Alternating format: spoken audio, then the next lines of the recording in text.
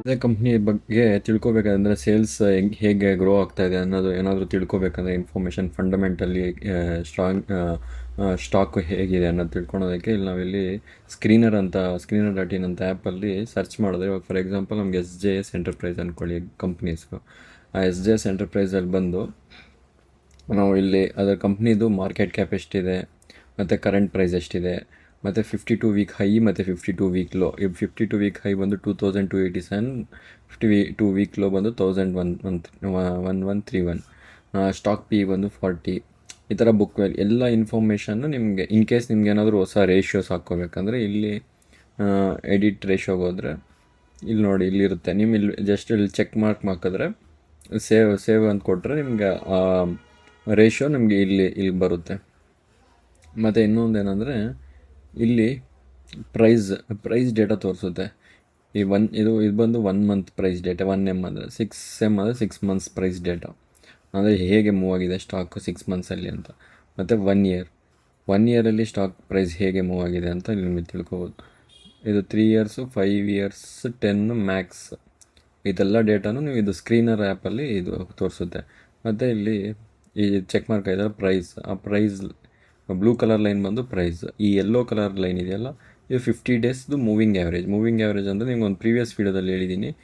Moving average ಅಂದರೆ DMA 50 days daily moving average ಅಂದರೆ 50 ಡೇಸ್ದು average price ತೊಗೊಂಡು ಈ ಲೈನ್ನ ಪ್ಲಾಟ್ ಮಾಡಿರ್ತಾರೆ. ಇದು 200 ಡೇಸ್ದು ಪ್ರೈಸ್ನ ಆ್ಯಾವ್ರೇಜ್ ಮಾಡಿ ಆ ಲೈನ್ನ ಪ್ಲಾಟ್ ಮಾಡಿರ್ತಾರೆ.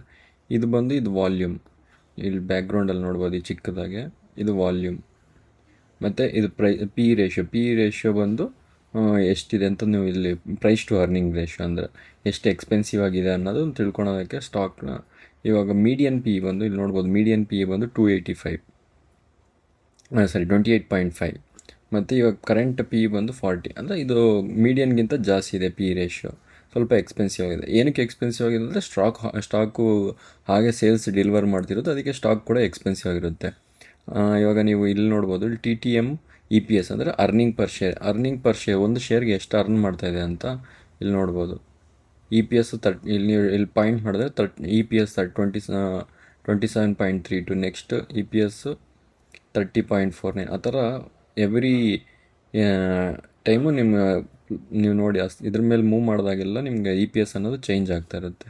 TTM ಅಂದರೆ ಟ್ರೈಲಿಂಗ್ 12 ಮಂತ್ಸ್, ಲಾಸ್ಟ್ 12 ಮಂತ್ಸ್ದು EPS ಎಷ್ಟಿದೆ ಅಂತ ನಿಮಗೆ ಅದು TTM ಅಂದರೆ ಟ್ರೈಲಿಂಗ್ 12 ಮಂತ್ಸ್ ಅಂತ.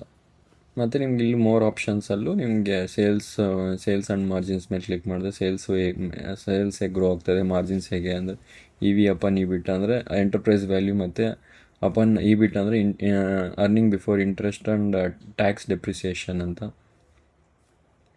Price to book, market cap ಮತ್ತು ಸೇಲ್ಸು, ಆ ಥರ ಎಲ್ಲ ಇನ್ಫಾರ್ಮೇಷನ್ ನಿಮ್ಗೆ ಇಲ್ಲಿ ಸ್ಕ್ರೀನರಲ್ಲಿ ಬಂದರೆ ನೀವು ನೋಡ್ಬೋದು. ಮತ್ತು ಇದು ಪ್ರೋಸು ಕಾನ್ಸು ಅಂದರೆ ಕಂಪ್ನಿದು ಪಾಸಿಟಿವ್ ಏನಿದೆ, ನೆಗೆಟಿವ್ ಏನಿದೆ ಅಂತಲೂ ತಿಳ್ಕೊಬೋದು. ಪಿಯರ್ ಕಂಪ್ಯಾರಿಸನ್ ಬಂದು ಕಂಪ್ನಿ ಕಾಂಪಿಟೇಟರ್ಸ್ ಯಾರ್ಯಾರಿದ್ದಾರೆ ಅಂತ. ಮತ್ತು ಇಲ್ಲಿ ಇನ್ ಕೇಸ್ ನಿಮ್ಗೆ ಇಲ್ಲಿ ಏನಾದರೂ ಒಂದು ನೋಡಿ, ಇಲ್ಲಿ ಡೆಟ್ ಡೌನ್ ಅಂದರೆ ಕಡಿಮೆ ಆಗ್ತದೆ, ಸಾಲ ಕಡಿಮೆ ಆಗ್ತದೆ ಅಂದರೆ 1 ಅಂತಿರುತ್ತೆ. ಇನ್ ಕೇಸ್ ಏನಾದರೂ ಅಷ್ಟೇ ಇದೆ ಅಂದರೆ 0 ಅಂತಲೇ ಇರುತ್ತೆ. ಮಾರ್ಜಿನ್ ಇನ್ಕ್ರೀಸ್ ಆಗ್ತಾಯಿದೆ ಅಂದರೆ 1 ಆಗಿರುತ್ತೆ, ಇನ್ಕ್ರೀಸ್ ಆಗಿಲ್ಲ ಅಂದರೆ 0 ಅಂತ ಇರುತ್ತೆ. ಇದು ನಿಮ್ಗೆ ಈ ಕಾಲಮ್ಸ್ನ ಎಡಿಟ್ ಮಾಡ್ಕೊಂಡು ಇಲ್ಲಿ ಎಡಿಟ್ ಕಾಲಮ್ಸ್ ಮೇಲೆ ಕ್ಲಿಕ್ ಮಾಡಿದ್ರೆ ನೀವು ಇಲ್ಲಿ ಯಾವ ಥರ ನಿಮಗೆ ಇದು ಬೇಕು ನೀವೆಲ್ಲ ಆ್ಯಡ್ ಮಾಡ್ಕೋಬೋದು. ಮತ್ತು ನಿಮ್ಗೆ ಏನಾದರೂ ಹೊಸ ರೇಷಿಯೋ ಕ್ರಿಯೇಟ್ ಮಾಡಬೇಕಂದ್ರೆ ಇಲ್ಲಿ ಕ್ರಿಯೇಟ್ ನ್ಯೂ ರೇಷಿಯೋ ಅಂತ ಹೊಡೆದ್ರೆ ಇಲ್ಲಿ ನೀವು ಕ್ರಿಯೇಟ್ ನ್ಯೂ ರೇಷಿಯೋ ಅಂತ ಕೊಟ್ಟರೆ ನಿಮ್ಗೆ ಇಲ್ಲಿ ಬರುತ್ತೆ. ಇದು ಮಾರ್ಜಿನ್ ಇಂಪ್ರೂವ್ಮೆಂಟ್ದು ರೇಷಿಯೋ ನೋಡಿ, OPM ಅಂದರೆ operating profit margin greater than operating profit margin preceding year, ಅಂದರೆ ಲಾಸ್ಟ್ ಇಯರ್ಗಿಂತ ಈ ಇಯರ್ದು ಜಾಸ್ತಿ ಇದೆ ಅಂತ ನಾವು ಒಂದು ಜಸ್ಟ್ ಇದು ಕೊಟ್ಟರೆ ನಮ್ಗೆ ಅಲ್ಲಿ 1 0 ಅಂತ ತೋರಿಸುತ್ತೆ. ಜಾಸ್ತಿ ಆಗಿದರೆ 1 ಅಂತ ತೋರಿಸುತ್ತೆ. ಇಲ್ಲಿ ನಾವು ತೋರಿಸೋದ್ವಲ್ಲ ಆಲ್ರೆಡಿ, ಅದೇ ರೀತಿ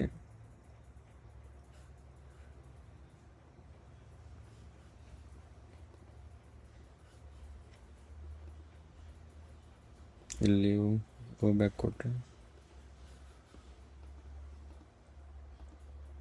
ಇಲ್ಲಿ ಕ್ರಿಯೇಟ್ ನ್ಯೂ ರೇಷಿಯೋ, ಮತ್ತು ಇಲ್ಲಿ 0 1 ಇಲ್ಲಿ ತೋರಿಸುತ್ತೆ ನಿಮಗೆ. ಮತ್ತು ಇಲ್ಲಿ ಕ್ವಾರ್ಟರ್ಲಿ ಸೇಲ್ಸ್ ಹೇಗೆ ಗ್ರೋತ್ ಆಗ್ತಿದೆ ಅನ್ನೋದು ಮೇಯ್ನ್ ಇಂಪಾರ್ಟೆಂಟ್ ಥಿಂಗ್.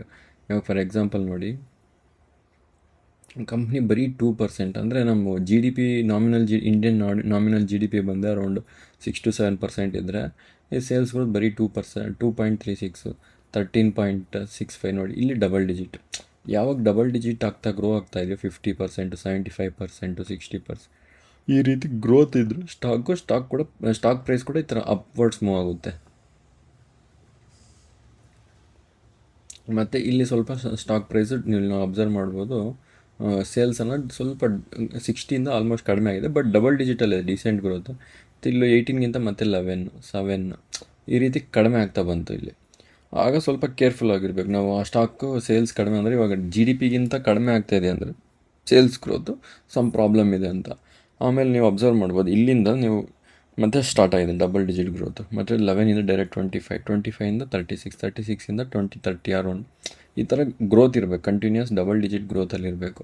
ಈ ರೀತಿ ಇದ್ದ ಸ್ಟಾಕ್ಸ್ನ ನಾವು ಹೋಲ್ಡ್ ಮಾಡೋಕ್ಕೂ, ನಾವು ಯಾವಾಗ ಈ ಥರ ಗ್ರೋತ್ ಕಡಿಮೆ ಆಗ್ತಾಯಿದೆ ಅಂದರೆ ಅಂದರೆ ಯಾವಾಗಲೂ 70-80% ಇರಲ್ಲ, ಅಟ್ಲೀಸ್ಟ್ ಒಂದು 15 ಎಬೋ ಇದ್ದರೆ, 15 to 20 ಎಬೋ ಇದ್ದರೆ ಸ್ಟಾಕ್ ಪ್ರೈಸ್ ಕೂಡ ಮೂವ್ ಆಗುತ್ತೆ. ಇದೆಲ್ಲ ನೋಡಿ, ಎಕ್ಸ್ಪೆನ್ಸಸ್ ಹೇಗಿದೆ, ಆಪ್ರೇಟಿಂಗ್ ಮಾರ್ಜಿನ್ಸು, ಆಪ್ರೇಟಿಂಗ್ ಪ್ರಾಫಿಟ್ ಹೇಗೆ ಅಂದರೆ ಪ್ರಾಫಿಟ್ಸ್ ಹೇಗಿದೆ ಅಂತ ಕಂಪ್ನಿದು, ಮತ್ತು ಅದು ಪರ್ಸೆಂಟೇಜ್ ಎಷ್ಟಿದೆ ಅಂತ, ಆಪ್ರೇಟಿಂಗ್ ಪ್ರಾಫಿಟ್ ಮಾರ್ಜಿನ್ ಪರ್ಸೆಂಟ್. ಮತ್ತು ಇದು ಆಪ್ರೇಟಿಂಗ್ ಇಬಿಟ ಅಂತಾರಲ್ವ, ಇಲ್ಲಿ ನೋಡೋದಲ್ಲ, EBIT, earning before interest and tax, ಅದೇ ಇದು ಆಪ್ರೇಟಿಂಗ್ ಪ್ರಾಫಿಟ್. ಮತ್ತು ನೆಟ್ ಪ್ರಾಫಿಟ್ ಅಂದರೆ ಟ್ಯಾಕ್ಸು ಮತ್ತು ಇಂಟ್ರೆಸ್ಟು ಅವೆಲ್ಲ ಹೋದ್ಮೇಲೆ ಪ್ರಾಫಿಟ್ ಬಿಫೋರ್ ಟ್ಯಾಕ್ಸ್, ಇದು ಪ್ರಾಫಿಟ್ ಬಿಫೋರ್ ಟ್ಯಾಕ್ಸ್. ಇದು ಎಲ್ಲ ಟ್ಯಾಕ್ಸ್ ಎಲ್ಲ ಹೋದ್ಮೇಲೆ ಆಫ್ಟರ್ ಟ್ಯಾಕ್ಸ್, ಪ್ಯಾಟ್ ಅಂತಾರೆ. ನೆಟ್ ಪ್ರಾಫಿಟ್ ಆದರೂ ಅನ್ಬೋದು, ಪ್ಯಾಟ್ ಅಂತ ಅನ್ಬೋದು. ಮತ್ತು EPS, ಒಂದು ಶೇರ್ಗೆ ಎಷ್ಟು ಅರ್ನ್ ಆಗ್ತಾರೆ. ಇದು ಬಂದು ಕ್ವಾರ್ಟರ್ಲಿ ರಿಸಲ್ಟ್ಸ್. ಇದೊಂದು ನೆನ್ಪಿಟ್ಕೊಳ್ಳಿ, ಎವ್ರಿ ಕ್ವಾರ್ಟರು ಕಂಪ್ನಿದು ಒಂದು ರಿಸಲ್ಟ್ಸ್ ಬಿಡ್ತಾ ಇರುತ್ತೆ. ಆ ರಿಸಲ್ಟ್ಸ್ ನಾವು ಇಲ್ಲಿ ಎವ್ರಿ ಕ್ವಾರ್ಟರ್ದು ನೋಡಿ, ಮಾರ್ಚ್ ಕ್ವಾರ್ಟರ್ದಿದು, June quarter, September, every 3 months. ಅಂದರೆ ಇವಾಗ ಮಾರ್ಚ್ ಕ್ವಾರ್ಟರ್ ಅಂದರೆ ಜಾನ್, ಫೆಬ್ರವರಿ, ಮಾರ್ಚ್ 3 ಮಂತ್ಸ್.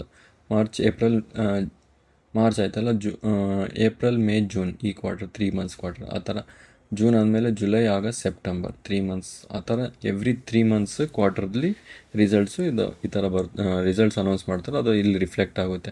ನೀವು ಬೇಕಂದ್ರೆ ಅಫಿಷಿಯಲ್ ವೆಬ್ಸೈಟಲ್ಲೂ ಹೋಗಿ, SJCentreindia.com ಇದ್ರ ಮೇಲೆ ಕ್ಲಿಕ್ ಮಾಡಿದ್ರೆ ಅವ್ರ ಅಫಿಷಿಯಲ್ ವೆಬ್ಸೈಟ್ಗೆ ಹೋಗುತ್ತೆ. ಅಲ್ಲಿ ಕೂಡ ನೀವು ರಿಸಲ್ಟ್ಸ್, ಅವ್ರ ಕಂಪ್ನಿದು ಪ್ರೆಸೆಂಟೇಷನ್ನು ಮತ್ತು ಇನ್ವೆಸ್ಟರ್ಸ್ದಿಲ್ಲಿ ಹೋದರೆ ನಿಮ್ಗೆ ಇಲ್ಲೂ ಸಿಗುತ್ತೆ. ಇಲ್ಲೂ ಆ್ಯನ್ಯುವಲ್ ರಿಪೋರ್ಟ್ಸು ಎಲ್ಲ ನಿಮಗೆ, ಫೈನಾನ್ಷಿಯಲ್ Q1 ನೋಡಿ, Q1, Q2, Q3 ಎಲ್ಲ ರಿಸಲ್ಟ್ಸು ನಿಮ್ಗೆ ಇಲ್ಲಿ ಕೊಡ್ತಾರೆ. ಅಲ್ಲೂ ನೀವು ಚೆಕ್ ಮಾಡ್ಕೋಬೋದು. ನಿಮ್ಗೆ ಇಲ್ಲಿ ಆದರೆ ಸ್ಕ್ರೀನರ್ ಏನಕ್ಕೆ ಯೂಸ್ ಮಾಡ್ತೀವಿ ಅಂದರೆ ಅವರೆಲ್ಲ ಕನ್ಸಾಲಿಡೇಟ್ ಮಾಡಿ ಇಲ್ಲೆಲ್ಲ ಒಂದೇ ಇದರಲ್ಲಿ ಕೊಟ್ಟಿರ್ತಾರೆ. ನಾವು ಮತ್ತೆ ಕ್ಲೀನಾಗಿ ಒಂದೇದರಲ್ಲೇ ಇರುತ್ತೆ, ಅದು ತುಂಬ ಓದಬೇಕಾಗುತ್ತೆ. ಇಲ್ಲಿ ಡೈರೆಕ್ಟಾಗಿ ನಿಮ್ಗೆ ಸಿಗುತ್ತೆ, ಟೈಮ್ ಕಡಿಮೆ ಅಂತಾಗ ಇದರಲ್ಲಿ ಈ ಥರ ನೋಡ್ಕೋಬೋದು. ನೋಡಿ, EPS ಅಂದರೆ ಅರ್ನಿಂಗ್ ಪರ್ ಶೇರ್, ಒಂದೊಂದು ಶೇರ್ಗೆ ಎಷ್ಟು ರುಪಿ ಅರ್ನ್ ಮಾಡ್ತಾರೆ, ಪರ್ ಶೇರ್ಗೆ ಎಷ್ಟು ಅರ್ನ್ ಮಾಡ್ತಾರೆ. ಮುಂಚೆ 5 ರೂಪೀಸ್ ಅರ್ನ್ ಮಾಡೋದು, ಈಗ ಅದೇ 15.15. ಈ ಥರ ಗ್ರೋತ್ ಇರಬೇಕು ನೋಡಿ. ನೀವು ಅಬ್ಸರ್ವ್ ಮಾಡಿದ್ರೆ 5ಇಂದ 5.806, 6.69, 8, ಅರೌಂಡ್ 8.97, 9.3 ಆ ಥರ ಗ್ರೋತ್ ಇರಬೇಕು. ಈ ಥರ ಕಂಟಿನ್ಯೂಸ್ ಗ್ರೋತ್ ಇದ್ದಾಗ ಸ್ಟಾಕ್ ನೋಡಿದ್ರೆ ನಿಮ್ಮ ಸ್ಟಾಕ್ ಪ್ರೈಸ್ ಕೂಡ ಇಲ್ಲಿ ಅಬ್ಸರ್ವ್ ಮಾಡಿದ್ರೆ ಈ ಥರ ಅಪ್ ಹೋಗ್ತಾ ಇರುತ್ತೆ. ಮ್ಯಾಕ್ಸ್ ನೋಡೋಣ. ಮ್ಯಾಕ್ಸ್ ನೋಡಿ ಹೇಗೆ ನಿಮ್ಮ ಸ್ಟಾಕ್ ಪ್ರೈಸ್ ಮೂಮೆಂಟು ಇಲ್ಲಿ ನೋಡ್ಬೋದು. ಇಲ್ಲಿ ಸ್ಟಾಕ್ ಪ್ರೈಸ್ ಡೌನ್ ಆಗಿದೆ. 28 ಮಾರ್ಚ್ 2025 ಸ್ಟಾಕ್ ಪ್ರೈಸ್ ಅನ್ನೋದು ಇಲ್ಲಿ ಥರ ಕೆಳಗೆ ಬಂದು, ಯಾಕೆ ಹೇಳಿ ನೀವು ಇಲ್ಲಿ ನೋಡ್ಬೋದು. 25 ಮಾರ್ಚಲ್ಲಿ 7% ಗ್ರೋತ್ ಇದೆ ಅಷ್ಟೇ. ಅದಕ್ಕೆ ಆಬ್ವಿಯಸ್ಸಾಗಿ ಸ್ಟಾಕ್ ಪ್ರೈಸ್ ಇದಾಗಿದೆ. ಯಾವಾಗ 7%ಇಂದ ಯಾವಾಗ ಮತ್ತೆ ಡಬಲ್ ಡಿಜಿಟಿಗೆ ಸ್ಟಾರ್ಟ್ ಆಯಿತೋ, ಸೆಪ್ಟೆಂಬರಿಂದ ನೋಡ್ಬೋದು ನೀವು. ಸೆಪ್ಟೆಂಬರಿಂದ ಮತ್ತೆ ಸ್ಟಾಕ್ ಪ್ರೈಸ್ ಅನ್ನೋದು ಮತ್ತೆ ರ್ಯಾಲಿ ಆಗೋಕ್ಕೆ ಸ್ಟಾರ್ಟ್ ಆಗಿದೆ. ಆ ಥರ ನಾವು ಅಬ್ಸರ್ವ್ ಮಾಡಬೇಕು ಯಾವುದೇ ಸ್ಟಾಕ್ನ ತೊಗೊಂಡಾಗ. ಇದು ಕ್ವಾರ್ಟರ್ಲಿ. ಇದು ಪ್ರಾಫಿಟ್ ಆ್ಯಂಡ್ ಲಾಸ್ ಬಂದು, ಈ ಪ್ರಾಫಿಟ್ ಆ್ಯಂಡ್ ಲಾಸ್ ಬಂದರೆ ನೋಡಿ ಏನಿದೆ, 2 ಪ್ರಾಫಿಟ್, ಇಲ್ಲೊಂದಿದೆ ಪ್ರಾಫಿಟ್ ಇದು ಕ್ವಾರ್ಟರ್ಲಿ, ಇದು ಬಂದು ಆ್ಯನ್ಯಲಿ. ಇದು ಫೈನಾನ್ಷಿಯಲ್ ಇಯರ್ ಇರುತ್ತಲ್ವ, ಆ ಫೈನಾನ್ಷಿಯಲ್ ಇಯರ್ ಎವ್ರಿ ಫೈನಾನ್ಷಿಯಲ್ ಮಾರ್ಚ್ಗೆ, ಫೈನಾನ್ಷಿಯಲ್ ಇಯರ್ ಎಂಡ್ಗೆ ಅದು ರಿಸಲ್ಟ್ ಬರುತ್ತೆ. 22, 23 ಇದು ಇಯರ್ಲಿ ರಿಸಲ್ಟ್ಸು, ಅದು ಕ್ವಾರ್ಟರ್ಲಿ ರಿಸಲ್ಟ್ಸ್. ಇದೇ ಥರ ನಮ್ಗೆ EPS ಎಲ್ಲ ಸೇಮ್ ಅದೇ ಇರುತ್ತೆ. ಮತ್ತು ಇಲ್ಲಿ ಕಾಂಪೌಂಡೆಡ್ ಸೇಲ್ಸ್ ಗ್ರೋತ್ ಎಷ್ಟಾಗಿದೆ, ಕಾಂಪೌಂಡೆಡ್ ಪ್ರಾಫಿಟ್ ಗ್ರೋತ್ ಎಷ್ಟಾಗಿದೆ, 3 ಇಯರ್ಸಲ್ಲಿ ಎಷ್ಟು ಬೆಳೆದಿದೆ, ಸ್ಟಾಕ್ ಹೆಂಗೆ ಗ್ರೋ ಆಗಿದೆ, compounded annual growth, return on equity, ಕಂಪ್ನಿದು ರಿಟರ್ನ್ ಆನ್ ಇಕ್ವಿಟಿ ಎಷ್ಟಿದೆ ಅಂತಲೂ ಇಲ್ಲಿ ನೀವು ನೋಡ್ಬೋದು.